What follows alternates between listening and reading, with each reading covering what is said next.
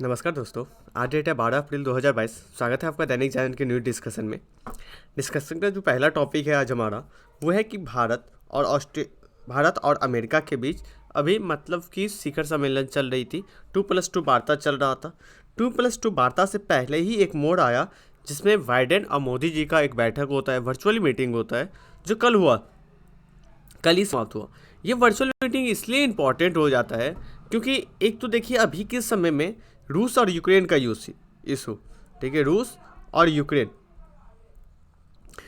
Ukraine के issue में क्या था कि भारत का जो पक्ष है, भारत जो चाहता है, भारत किसी के पक्ष में नहीं चाहता, ठीक है। ना तो भारत रूस के पक्ष में जा रहा है, ना ही रूस के विपक्ष में जा रहा है, ना ही यूक्रेन के विपक्ष में जा रहा है, ना इसके पक्ष में जा रहा है। लेकिन यूएसए के द्वारा बार बार दबाव बनाया जाता है और यूएसए बार बार आल लेके आती है कि भारत किसी न किसी पक्ष में अपना डिक्लेयर करे, ठीक है। तो इसके दौरान ये जो तनाव था, इस तनाव के बीच के दौरान यदि दोनों ही शीर्ष नेताओं का यदि बैठक होता है तो ये अच्छा संकेत जाता है कि दोनों के देशों के बीच में जो रिश्ता है, दोनों देशों के बीच में जो रिलेशन है वो अच्छा माना जाता है, क्योंकि इससे क्या होता है कि हमारी जो तनाव है वो दूर होती है बैठक से, ठीक है। यदि कोई मीटिंग होती है तो उससे दूर होती है। तो इस दौरान ये जो वर्चुअल मीटिंग हुआ उसके दौरान वैश्विक शांति, ठीक है, संपन्न और अस्थायी चीज़ों को लेके बात हुई। चलिए इसमें ना थोड़ी सी नीचे में डिटेल में डिस्कस दिया हुआ है, ठीक है। नीचे एक आर्टिकल दिया हुआ है, इसमें देखते हैं। चलिए इसको देखते हैं। इस बैठक के दौरान सबसे पहले जो बात की गई थी वो यूक्रेन इशू आया, ठीक है। ज़रूर यूक्रेन इशू तो आएगा ही। तो यूक्रेन इशू आया तो मोदी जी क्या बोले वो भी जानना ज़रूरी है। इस पर उन्होंने यूक्रेन का जिक्र किया। मोदी जी ने कहा कि देखिए मैं यूक्रेन के राष्ट्रपति से भी बात कर रहा हूँ और रसिया के राष्ट्रपति जो पुतिन है उनसे भी बात कर रहा हूँ, और दोनों को ही बता रहा हूँ कि आप दोनों एक जगह पे बैठे शांति वार्ता करें और किसी चीज़ का जो सल्यूशन है वो वार्ता से ही निकलेगा, ठीक है। युद्ध से कभी कोई सल्यूशन नहीं निकलता, ठीक है। युद्ध से कोई सल्यूशन नहीं निकलता। तो ये उनके द्वारा बात कहा गया था। उन्होंने उसके बाद तो बूचा है जहाँ पे नागरिकों के लेके बहुत ज़्यादा हत्याकांड ये सब सारी चीज़ें आया था। तो इस मामले पे उन्होंने कहा कि भारत के जो प्रधानमंत्री है उन्होंने चिंता व्यक्त किया कि हम इस तरह के घटना को निंदा करते हैं। क्योंकि देखिए मानव अधिकार के पक्ष में ये चीज़ें नहीं है, मानव अधिकार के पक्ष में ये चीज़ें नहीं है, राइट। युद्ध होती है, ठीक है, लेकिन उसमें जो मानव का है ना, ठीक है, नागरिक जो है उसको कोई क्षति नहीं होना चाहिए। उसके बाद उसमें क्या कहा गया कि और ज़्यादा चीज़ें ब्रॉड आई इस मीटिंग के दौरान कि भारत अगले 25 सालों तक अपने विकास में अमेरिका का मित्र बना रहेगा, ठीक है, हमारा अभिन्न अंग है। उसके साथ साथ ये वार्ता के दौरान क्षेत्रीय मुद्दे भी रहे, ठीक है। वैश्विक मुद्दे में आप देख सकते हैं कोविड महामारी, वैश्विक इकोनॉमी रिकवरी, मतलब विश्व की इकोनॉमी में किस तरह से रिकवरी होगा, वो सारी चीज़ें रहा। पर्यावरण बचाने के लिए जो मुहिम चलाया जा रहा है उसके बारे में समीक्षा हुआ। दक्षिण एशिया में हो रहे बदलाव, जैसे मान लीजिए श्रीलंका का इशू देखिए, पाकिस्तान में जो अभी इमरान खान की सरकार चली गई है, ठीक है, तो पाकिस्तान, ये सब मामला जो है ना ये चर्चा हुई। उसके बाद हिंद प्रशांत क्षेत्रों में जो स्थिति है, ठीक है, इसको लेके हुआ, और यूक्रेन में जो चीज़ें चल रही है अभी गतिविधियाँ, उसको लेके इस मीटिंग में बात की गई। अब इस मीटिंग से क्या पॉजिटिव निकला, क्या निगेटिव निकला, आगे आने वाले समय में एडिटोरियल आएगा, ठीक है। एडिटोरियल में हम एनालिटिकल बेस से पढ़ाई करेंगे, क्योंकि अभी जो हम चर्चा कर रहे हैं वो चर्चा कर रहे हैं न्यूज़। लेकिन आपको पता होना चाहिए यूपीएससी में हमें न्यूज़ कवर नहीं करना है। आप कभी भी यूपीएससी का जो तैयारी करें ना करंट अफेयर का, तो इशू बेस करें।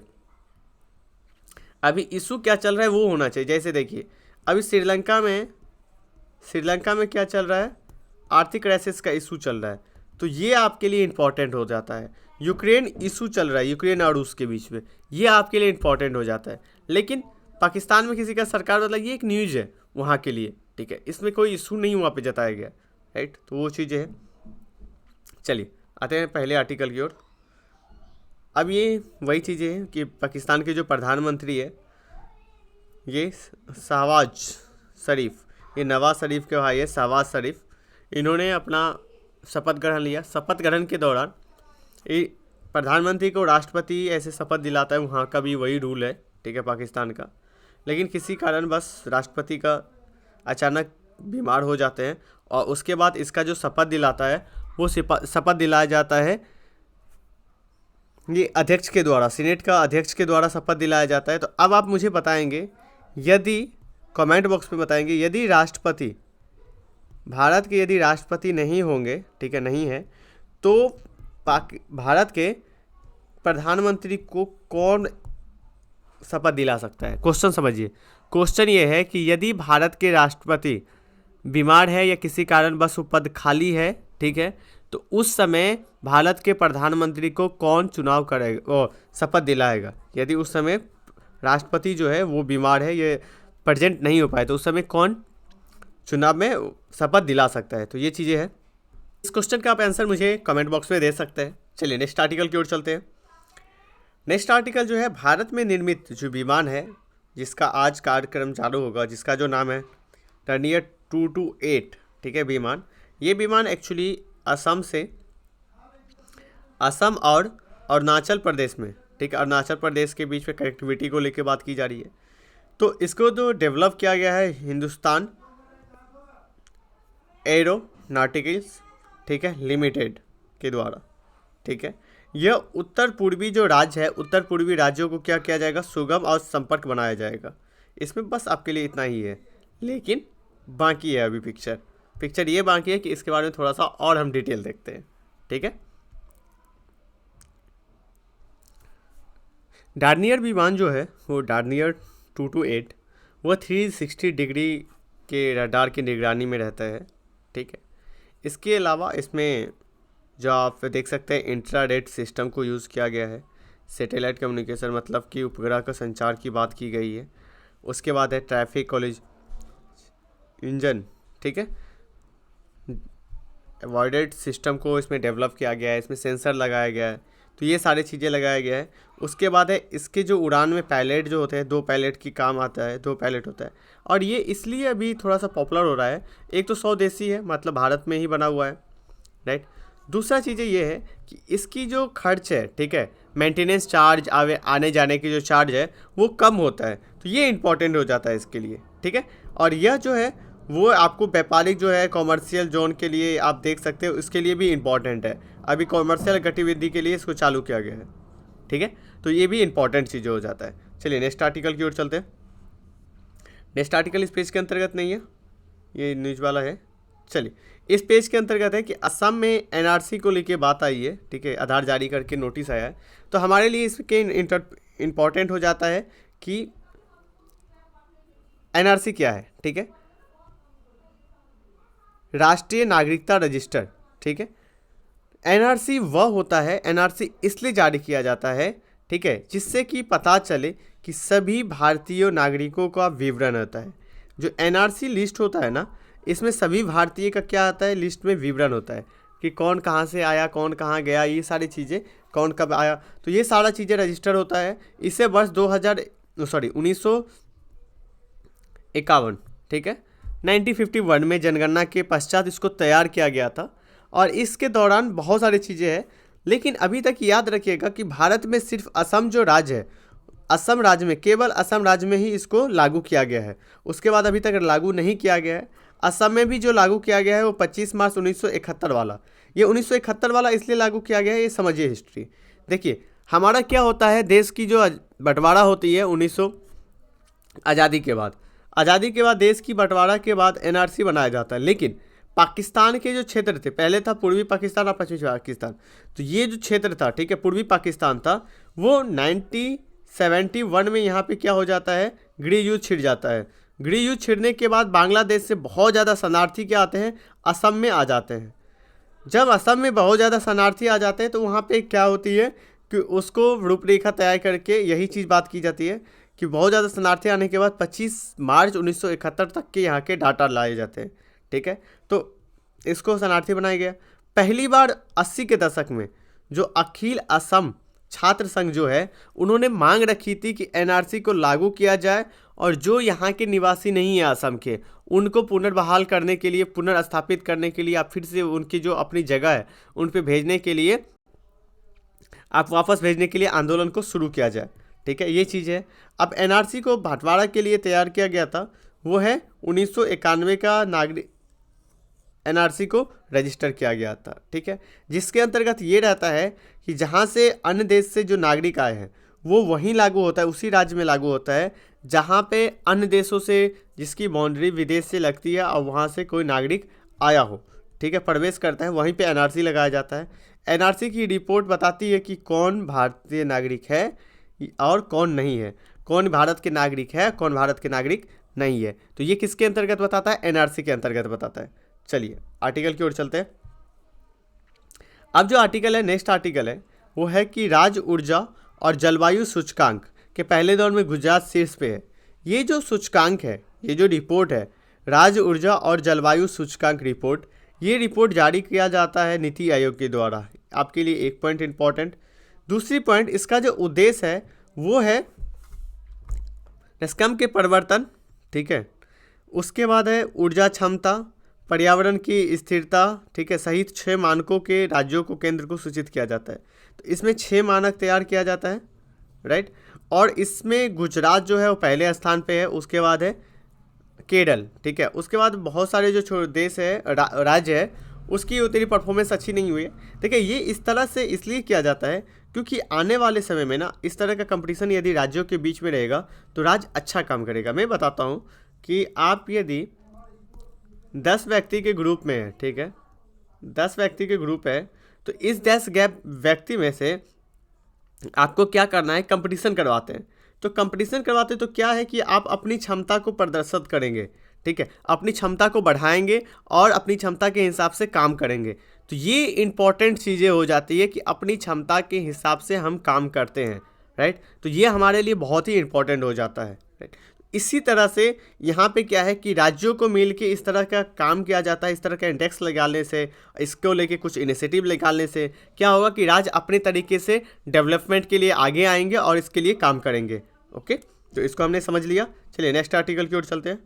नेक्स्ट आर्टिकल इस पेज के अंतर्गत नहीं है, इस पेज के अंतर्गत भी नहीं है। इस पेज के अंतर्गत है कि भारत अभी हाल ही में ऑस्ट्रेलिया, ठीक है, ऑस्ट्रेलिया के साथ क्या किया है, फ्री ट्रेड एग्रीमेंट किया गया है, ठीक है, FTR, फ्री ट्रेड एग्रीमेंट किया गया है, ठीक।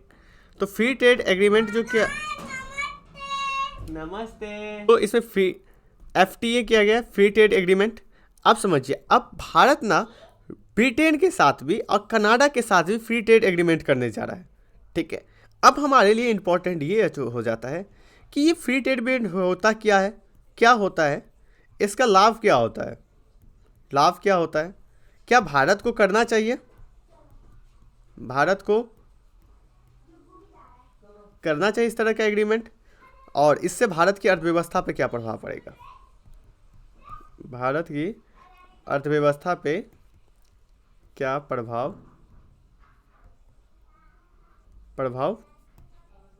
पड़ेगा, ठीक है। इस क्वेश्चन का हम डिस्कस करेंगे। पहला चीज़ें हम देखेंगे इसमें कि भारत जो है, ठीक है, फ्री ट्रेड एग्रीमेंट होता क्या है।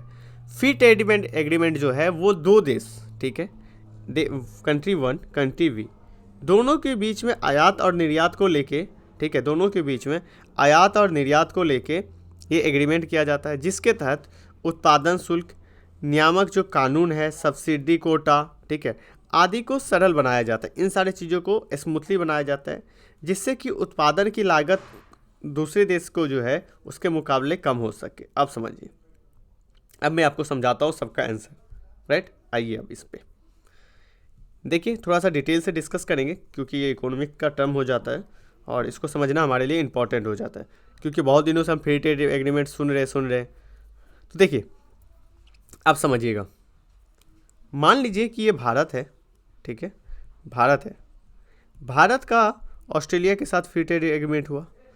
अब ये कंट्री में क्या होगा कि आयात जो होगा चीज़ें, हम जो यहाँ से निर्यात करेंगे, निर्यात जो करेंगे, मान लीजिए हमने निर्यात किया बिस्किट, ठीक है, एक बिस्किट निर्यात किया। अब ये बिस्किट यदि ऑस्ट्रेलिया में जाता पहले, तो इस पे जो उत्पादन था, उत्पादन शुल्क या फिर जो आयात टैक्स लगाते थे वो ज़्यादा था। तो पहले इसका उत्पादन, मतलब रेट 5% है और ऑस्ट्रेलिया में 2% टैक्स लगा दिया जाता है, तो इस बिस्किट का रेट हो जाता है 7 रुपये। कहाँ पे? ऑस्ट्रेलिया के मार्केट में, राइट। ऑस्ट्रेलिया के मार्केट में 7 रुपया हो गया।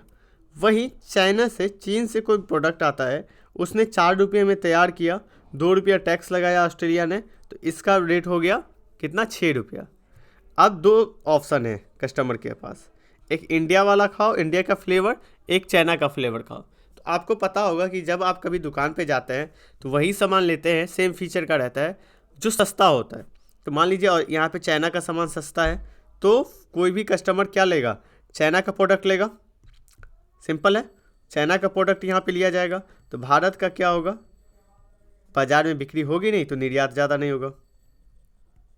अब इस टर्म में समझिए, अब इसको सरकार के द्वारा मान लीजिए कि उत्पादन लागत को ख़त्म कर दिया गया, इनके ऊपर जो कोई कानून था वो सारी चीज़ें ख़त्म कर दिया गया। तो अब भारत की जो प्रोडक्ट है, बिस्किट है, वो 5 रुपया में मिलेगा, चाइना का बिस्किट 6 रुपया में मिलेगा, ठीक है, ऑस्ट्रेलिया मार्केट में। अब समझिए, यदि चाइना का बिस्किट 6 में मिलता है, भारत का 5 में, तो भारत का बिस्किट ज़्यादा मिलेगा, ज़्यादा बिकेगा। जब भारत का बिस्किट ज़्यादा बिकेगा तो क्या होगा? मांग ज़्यादा होगी इनका। जब मांग ज़्यादा होगा तो निर्यात हमें ज़्यादा करना पड़ेगा। समझिएगा, निर्यात यदि आपको ज़्यादा करना पड़ता है तो निर्यात ज़्यादा करने के लिए क्या करना पड़ेगा? उत्पादन ज़्यादा करना पड़ेगा, राइट। और उत्पादन के लिए क्या चाहिए? उत्पादन के लिए पूंजी चाहिए, उत्पादन के लिए मजदूर चाहिए, इन सारी चीज़ें चाहिए। तो उत्पादन के लिए मजदूर चाहिए। जब उत्पादन के लिए मजदूर चाहिए तो मजदूर को क्या मिलेगा? जनता को पैसा। जब भारतीय जनता को पैसा मिलेगा तो जनता क्या करेगी? फिर से मांग करेगी, ठीक है। हमारी अर्थव्यवस्था चलना स्टार्ट हो गया। ये समझिएगा इसका प्रभाव क्या हो रहा है कि एक चीज़ जो यदि हम ज़्यादा निर्यात करते हैं तो इससे हमारी अर्थव्यवस्था पे प्रभाव पड़ेगा। अब इसमें यदि मांग आती है, मजदूरी होती है, पैसा आता है, तो आप सामान खरीदते हैं, फिर उस सामान को खरीदने बनाया जाता है, तो समझिए कि इससे तो एक रोजगार पैदा हो जाता है और हमारा अर्थव्यवस्था का बूस्टर हो जाता है। तो एक फ्री ट्रेड एग्रीमेंट करने से कितनी ज़्यादा लाभ होती है ये आप समझ सकते हैं। आप देखेंगे कि हाल ही में जो हमारा निर्यात है वो $400 तक पहुंच गया था, मिलियन तक। तो इसके बारे में हमने क्या देखा कि इससे क्या है कि हमारी अर्थव्यवस्था डेवलप हो रही है, हमारी अर्थव्यवस्था में रोजगार पैदा हो रही है। भारत के लिए सबसे चुनौती जो है ना अभी रोजगार ही है। यदि जनता को रोजगार आएगा, जनता के पॉकेट में पैसा होगा, तो जनता मांग करेगी, जनता डिमांड करेगी। जब जनता डिमांड करेगी तो उस समय उस वस्तु का क्या होगा? उस वस्तु का सप्लाई बढ़ाना पड़ेगा। सप्लाई बढ़ाने के लिए क्या करेगा? जॉब मिलेगा।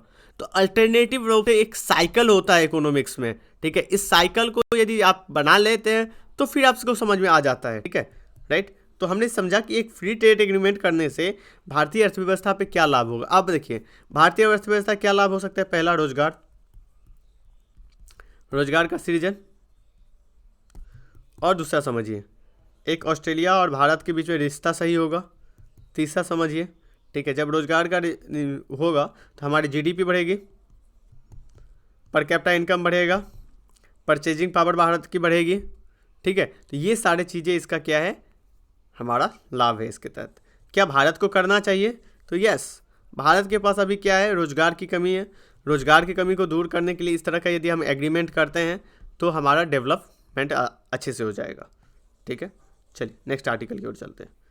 नेक्स्ट आर्टिकल जो है छोटा सा आर्टिकल है कि भारत में आईफोन का 13 का, ठीक है, यदि आप आईफोन लवर है तो आईफोन 13 का क्या है? भारत में निर्यात हो रहा है, ठीक है, सॉरी, निर्माण शुरू हुआ है। तो निर्माण यदि भारत में शुरू हुआ है तो इससे क्या होगा? प्राइस देखेंगे कम हो रहा है। आजकल ना 40-50 में भी आईफोन मिल रहा है, ठीक है, 60-70 तक, जो कि 1 लाख 2 लाख एक क्रेज माना जाता था आईफोन का। लेकिन वही चीज़ें भारत में निर्माण हो रहा है, भारत में बन रही है, तो भारत लोगों की रोजगार भी मिल रहा है और यहाँ पे सामान भी सस्ता मिल रहा है, ठीक है। और यहाँ से ज़्यादा निर्यात भी होगा, तो यहाँ पे हमें क्या मिलेगा? रोजगार, ठीक है। तो ये हमारे लिए अच्छी साइन है। चाइना में चेन्नई में इसका प्लांट बनाया गया, वहाँ पे इसको डेवलप किया गया है, ठीक है। चलिए नेक्स्ट आर्टिकल की ओर चलते हैं। नेक्स्ट आर्टिकल इस पेज के अंतर्गत नहीं है। आज के एडिटोरियल में हम देखते हैं, देखिए पहला ये एडिटोरियल है, ये 12वीं में, जो 12वीं से कॉलेज में जब आप जाते हैं एडमिशन कराते हैं तो पहले क्या था कि मार्क्स के आधार पे होता था कि इसको 90-95 ये मार्क्स। लेकिन अब क्या है? आपको एंट्रेंस एग्ज़ाम देना पड़ेगा। एंट्रेंस एग्ज़ाम से ही आपका एडमिशन होगा। तो इसके लेके राइटर बात करते हैं, तो ये इतना इंपॉर्टेंट नहीं हो जाता, हमें उतना चर्चा नहीं करनी है। भाषा को एकजुटता को लेके बात की जाती है, ये भी हमारे लिए उतना इंपॉर्टेंट नहीं है, ठीक है। एक ये इंपॉर्टेंट है ये आर्टिकल, ठीक है, साइबर हमले से निपटने के लिए, लेकिन राइटर इसमें ना सिर्फ डाटा देते हैं, एनालिटिकल बेस से इन्होंने पेश नहीं किया है, ठीक है। एक्चुअली हम चर्चा करेंगे, लेकिन एनालिटिकल बेस से राइटर इसमें नहीं बताए हैं। देखिए एनालिटिकल बेस क्या है कि राइटर ना इसमें प्रॉब्लम बता दिए हैं कि हमारे यहाँ पे इतना साइबर अटैक हो रहा है, ये हो रहा है। अरे भैया प्रॉब्लम बताए तो सुझाव दीजिए ना, ये बताइए ना गवर्नमेंट क्या कर रही है, गवर्नमेंट की तरफ से क्या योजना चल रही है इसको लेके, और वे फॉरवर्डेड क्या होना चाहिए। फिर एनालिटिकल वे होता है यूपीएससी के लिए। सिर्फ एक आयाम को जान के हमारा यूपीएससी में आंसर हम नहीं लिख सकते, ठीक है।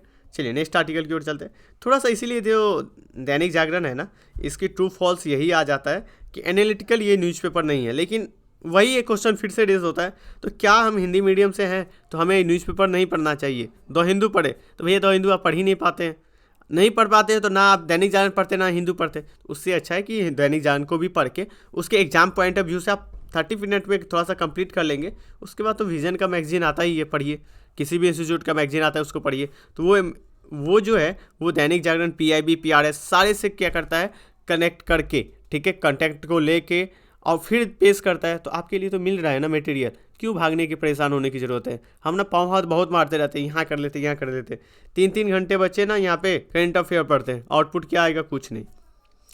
टाइम को ना 1 मिनट यदि आप किसी चीज़ों पे टाइम दे रहे हैं, इनपुट दे रहे हैं, तो समझिए वहाँ से हमें आउटपुट क्या मिलेगा। इस पे काम करिए। यदि आप किसी के साथ, जैसे मैं यदि यहाँ पे टाइम दे रहा हूँ, आपके साथ बात कर रहा हूँ, तो मेरा भी कुछ आउटपुट आता होगा, श्योर डैट है, तो इसलिए मैं इनपुट लगा रहा हूँ। तो इसीलिए यदि हम ये वीडियो आप देखते हैं तो ये कोशिश करिए कि वीडियो मैंने 30 मिनट का वीडियो देखा तो इससे मेरा आउटपुट क्या आया। यदि आउटपुट नहीं आता तो श्योर डैट आप छोड़ दीजिए वीडियो देखना, ठीक है, वीडियो नहीं देखिए। हम ये नहीं बता रहे कि वीडियो देखिए, देखना ही है आपको, आउटपुट पे इंपॉर्टेंट है आपके लिए। यदि आउटपुट आ रहा है, आउटपुट इसलिए नहीं आ रहा होगा तो क्योंकि आप इनपुट 100% नहीं लगा रहे होंगे। इनपुट दीजिए, आउटपुट आएगा। तो इसीलिए इस न्यूज़पेपर को एनालिटिकल नहीं है, बट हमें स्किप भी नहीं करना है, राइट। चलिए ये आर्टिकल जो है, ये एक्चुअली तो आर्टिकल अच्छा है, लेकिन ऐसा आर्टिकल हमने डिस्कस कर चुके पहला, श्रीलंका वाला इशू, ठीक है। उसके बाद है लंबी सीबीआई जांच के लेके, इसको भी हमने डिस्कस कर चुके हैं, राइट। उसके बाद है ये तो पॉलिटिक्स वाला है, इसको तो दूर ही रखते हैं। चलिए अब ये आर्टिकल थोड़ा सा देख लेते हैं, साइबर वाला क्या दिया हुआ है, राइटर क्या बात कर रहे हैं। देखिए हाल ही में, ठीक है, चीन के द्वारा उत्तर भारत के पावर ग्रिड पे 2 बार निशाना बनाया गया, मतलब 2 बार हमला किया गया, ठीक है। अब देखिए पावर ग्रिड पर असल के इस तरह का जो सिस्टम होता है, जहाँ से क्या होता है कि बिजली की उत्पादन और सप्लाई को एक चेन में जोड़ता है, ठीक है, एक कड़ी के रूप में काम करता है। इससे क्या होता है, मतलब कि किसी देश में यदि हैक कर लिया जाए तो वहाँ पे ब्लैकआउट हो जाता है, मतलब वहाँ पे की बिजली गॉन हो जाती है। आप बिजली गॉन होने से समझिए कि एक समय के लिए यदि मान लीजिए कि हॉस्पिटल है, हॉस्पिटल में बिजली चली जाती है, उस समय यदि किसी का ऑपरेशन हो रहा हो, गया काम से, ठीक है, यदि किसी का ऑक्सीजन चल रहा हो, कोई ऐसे चीज़ें हैं जिससे कि यहाँ पे हो, तो इससे तो आर्थिक नुकसान होगी, राइट। यदि कोई काम होता है, ठीक है, आजकल तो पूरे डिजिटल है ना, काम होती है, ऑफिस बंद हो गया 2 घंटे के लिए, गया काम, तो ये सारी चीज़ें होती है। तो भारत में बिजली की व्यवस्था को लेकर चीन में ना साइबर अटैक खतरे आते रहते हैं, ये पहले भी आ चुका है। इसमें राइटर बात कर रहे हैं, वही चीज़ें बताया गया कि मुंबई में भी इस तरह का हमला किया गया था। ये हमला जो है ना वो 10 घंटे से लेके बिजली आपूर्ति को बाधित किया था, ठीक है, 10 घंटे तक बिजली आपूर्ति को बाधित किया था, जिससे कि हमें बहुत ज़्यादा नुकसान हुआ था, राइट। अब इसमें बात किया जाता है कि 2015 में जो है 2015 में वो यूक्रेन, रूस के द्वारा यूक्रेन पे भी किया गया था इस तरह के हमले, ठीक है, यूक्रेन पे भी किया गया था। अब वही है कि दिसंबर में आप देखेंगे कि दिसंबर में भी इस तरह का यूक्रेन पे हमला किया गया 2 बार। तो इससे क्या हो गया, 2 लाख से ज़्यादा लोग इसमें प्रभावित हुआ। सबसे फैक्ट वाली चीज़ है जिसमें आपको इंपॉर्टेंट चीज़ याद करना है कि पहली बार 2010 में ये ग्रिड पे, मतलब साइबर अटैक करने का मामला पहली बार जो है वो 2010 में डेवलप हुआ, राइट। उसके बाद ये चीज़ें भारत में अब डाटा बताया जाता है कि भारत में 2000 जितना भी होता है उसमें से पर सेकंड 11 सेकंड पे एक बार भारत में हमला किया जाता है, ठीक है। 2019 में साइबर मामले में आप देख सकते हैं 1 लाख, ठीक है, 25,000 करोड़ का नुकसान हुआ था भारत का। ये डाटा दे सकते हैं। उसके बाद आप दे सकते हैं कि 2020 में 17,560 साइबर अटैक हुआ था भारत के अंदर, ठीक है, भारत में। तो ये डाटा आप दे सकते हैं, ये डाटा आप लिख सकते हैं अपने आंसर के अंदर। ओके, उसके बाद अब राइटर के द्वारा बताया जाता है कि देखिए 2020 में ना ग्लोबल इंडेक्स आता है, ठीक है, ग्लोबल साइबर सिक्योरिटी इंडेक्स। इसमें भारत का जो रैंकिंग है 10वां रैंकिंग है। तो एक्चुअली भारत का रैंकिंग ठीक है, सेफ्टी है, लेकिन हमें भारत को इस पे साइबर अटैक के लेके इस मामले पे और चौकन्ना होना चाहिए, और सुरक्षा होने के लिए हमें कड़ी कदम उठाने की ज़रूरत है और एक कठोर कानून लाने की ज़रूरत है ये साइबर हमले से रोकने के लिए। क्योंकि हमारे पास ना टेक्नोलॉजी डेवलप हो जाता है, लेकिन इस साइबर से बचाने के लिए कोई चीज़ें डेवलप नहीं हुआ है, तो ये चीज़ें इंपॉर्टेंट हो जाता है। तो ये एडिटोरियल यही था। चलिए नेक्स्ट आर्टिकल की ओर चलते हैं। नेक्स्ट आर्टिकल इस पेज के अंतर्गत नहीं है। इस पेज के अंतर्गत ना आज ये विदेश वाला नीति में, अंतर्राष्ट्रीय में कोई इंपॉर्टेंट आर्टिकल नहीं है। पीएम के प्रधानमंत्री बने, ये बने, नो, हमारे लिए इंपॉर्टेंट नहीं है, ठीक है। ये विभिन्न हिस्से में, तो ये सब कुछ भी इंपॉर्टेंट नहीं है, ठीक है। तो आज के डिस्कशन में यही इंपॉर्टेंट चीज़ें था जिसको हमने डिस्कस किया डिटेल में।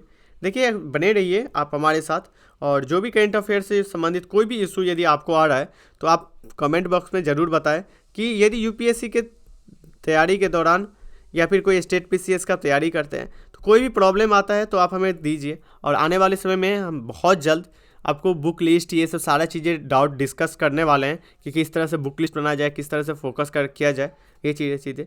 यदि आप 2023 और 24 के लिए तैयारी कर रहे हैं, ठीक है, तो हमारा लक्ष्य मेंटोरशिप प्रोग्राम से आप जुड़ सकते हैं। प्रोग्राम से जुड़ने के लिए आप इस नंबर पे कॉल कर सकते हैं, और यदि आप नहीं भी जुड़ते हैं फिर भी कोई डाउट होता है तो इस नंबर पे हमें कॉल करके जानकारी ले सकते हैं। आज के डिस्कस में इतना ही। Thank you so much.